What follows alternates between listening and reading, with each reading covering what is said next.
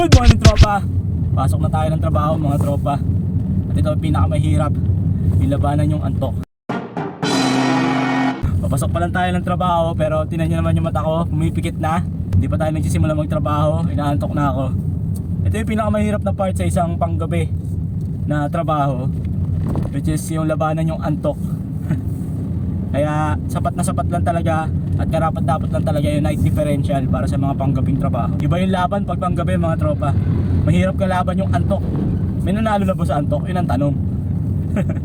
So time check 9:20. Pasok natin is 10 PM. So meron pa tayong 8 hours and 40 minutes na laban. Ito yung pinakamahirap sa night shift, yung unang gabi. Kasi nag-a-adjust pa lang yung katawan natin, di ba? So siguro sa second day ng panggabi, yan, medyo nakaka-adjust na yung katawan natin. Medyo gising na tayo, hindi gising na tayo nun. Kasi nakapag-adjust na yung katawan natin. At iba rin yung tulog ng umaga sa gabi, di ba?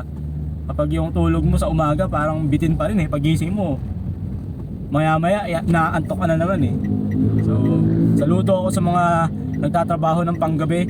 Sino-sino ba yan? Mga police, security guard, diba? Marami. Mga katulad ko, nagtatrabaho sa isang manufacturing company na mayroong night shift, mga gasoline boy, lahat ng 24 hours na fast food. Saludo ako dyan sa mga yan. Siyempre sa sarili ko, saludo din ako. Hindi biro yung maging night shift ka. Lalo na siguro kung night shift ka, tuloy-tuloy. May mga ganung nagtatrabaho eh. Talagang dire-diretsong panggabi. Buong taon panggabi. Naku, vampira ka na no. Sumisip-sip ka na ng dugo. So yun lang, naikwento ko lang mga tropa. Kasi habang nagdadrive ako, sabi ko grabe, lambot na lambot ako. Antok na agad ako. Parang gusto ko nang humiga. Pero hindi pwede. Kailangan labanan yung antok.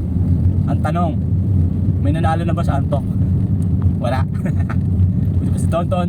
Peace. Bye.